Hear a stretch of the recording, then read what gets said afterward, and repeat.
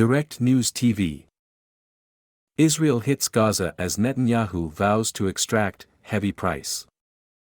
Jerusalem. The Israeli military struck targets in the Gaza Strip while Palestinian militants fired barrages of rockets into southern Israel early Friday, with the region edging closer toward war following 2 days of unrest at Jerusalem's most sensitive holy site and a rare rocket attack from neighboring Lebanon.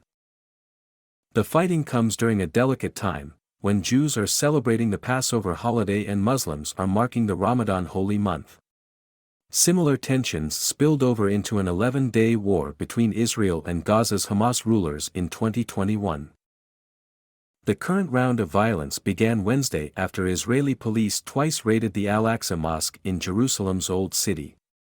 That led Thursday to rocket fire from Gaza and, in a significant escalation, an unusual barrage of nearly 36 rockets from Lebanon into northern Israel. As Israeli Prime Minister Benjamin Netanyahu convened his security cabinet late Thursday, the military struck what it said were 4 sites in Gaza belonging to Hamas. Following the nearly 3-hour meeting, Netanyahu's office put out a short statement saying a series of decisions had been made. Israel's response, tonight and beyond, will extract a heavy price from our enemies, Netanyahu said in the statement. It did not elaborate. But almost immediately, Palestinian militants in Gaza began firing rockets into southern Israel, setting off air raid sirens across the region. Loud explosions could be heard in Gaza from the Israeli strikes, as outgoing rockets whooshed into the skies toward Israel. The airstrikes came after militants in Lebanon fired some 34 rockets into Israel, forcing people across Israel's northern frontier into bomb shelters and wounding at least 2 people. The Israeli military said the rocket fire on its northern and southern fronts was carried out by Palestinian militants in connection to this week's violence at the Al-Aqsa Mosque, where Israeli police stormed into the building with tear gas and stun grenades to confront Palestinians barricaded inside on 2 straight days. The violent scenes from the mosque ratcheted up tensions across the region. There was no immediate Israeli action in Lebanon. The military said some 25 of the rockets were intercepted. But 2 people were wounded and property was damaged in several communities in northern Israel. The rare attack from Lebanon raised fears of a wider conflagration as Israel's bitter enemy, the Iran-backed militant group Hezbollah, holds sway over much of southern Lebanon. In a briefing with reporters, Lieutenant Colonel Richard Hecht, an Israeli military spokesman, said the army drew a clear connection between the Lebanese rocket fire and the recent unrest in Jerusalem. It's a Palestinian-oriented event, he said, adding that either the Hamas or Islamic Jihad militant groups, which are based in Gaza but also operate in Lebanon, could be involved. But he said the army believed that Hezbollah and the Lebanese government were aware of what happened and also held responsibility. The mosque, the third holiest site in Islam, stands on a hilltop revered by Jews as the Temple Mount, the holiest site in Judaism. The competing claims to the site have repeatedly spilled over into violence over the years. No faction in Lebanon claimed responsibility for the salvo of rockets. A Lebanese security official, who spoke on the condition of anonymity because he was not authorized to speak to media, said the country's security forces believed the rockets were launched by a Lebanon-based Palestinian militant group, not by Hezbollah. Lebanon's caretaker Prime Minister, Najib Mikati, condemned the firing of rockets from Lebanon, adding that Lebanese troops and UN peacekeepers were investigating and trying to find the perpetrators. Mikati said his government categorically rejects any military escalation and the use of Lebanese territories to stage acts that threaten stability.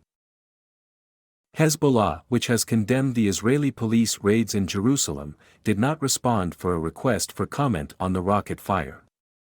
Both Israel and Hezbollah have avoided an all-out conflict since a 34-day war in 2006 ended in a draw. Netanyahu could be constrained by his own domestic problems. For the past 3 months, hundreds of thousands of Israelis have been demonstrating against his plans to overhaul the country's judicial system, claiming it will lead the country toward authoritarianism. Key military units, including fighter pilots, have threatened to stop reporting for duty if the overhaul is passed, drawing a warning from Defense Minister Yoav Gallant that Israel's national security could be harmed by the divisive plan. Netanyahu said he was firing Gallant, but then backtracked as he put the overhaul on hold for several weeks. Critics could also accuse him of trying to use the crisis to divert attention from his domestic woes. Netanyahu said that the domestic divisions had no impact on national security and that the country would remain united in the face of external threats. Tensions have simmered along the Lebanese border as Israel appears to have ratcheted up its shadow war against Iranian-linked targets in Syria, another close ally of Iran, Israel's archenemy in the region. Suspected Israeli airstrikes in Syria in recent weeks have killed 2 Iranian military advisors and temporarily put the country's 2 largest airports out of service. Hecht, the military spokesman, said Thursday's rocket fire was not believed to be connected to events in Syria.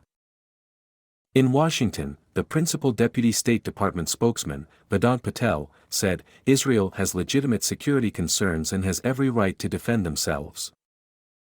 But he also urged calm in Jerusalem, saying that any unilateral action that jeopardizes the status quo to us is unacceptable, he said.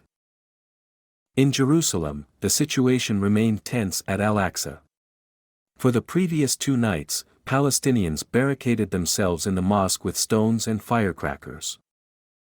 Worshippers have been demanding the right to pray overnight inside the mosque, which authorities typically only permit during the last 10 days of the month-long Ramadan holiday. They also have stayed in the mosque in protest over threats by religious Jews to carry out a ritual animal slaughter at the sacred site for Passover. Israel did not try to prevent people from spending the night in the mosque early Friday, apparently because it was the weekend, when Jews do not visit the compound. But tensions could reignite Sunday when Jewish visits resume.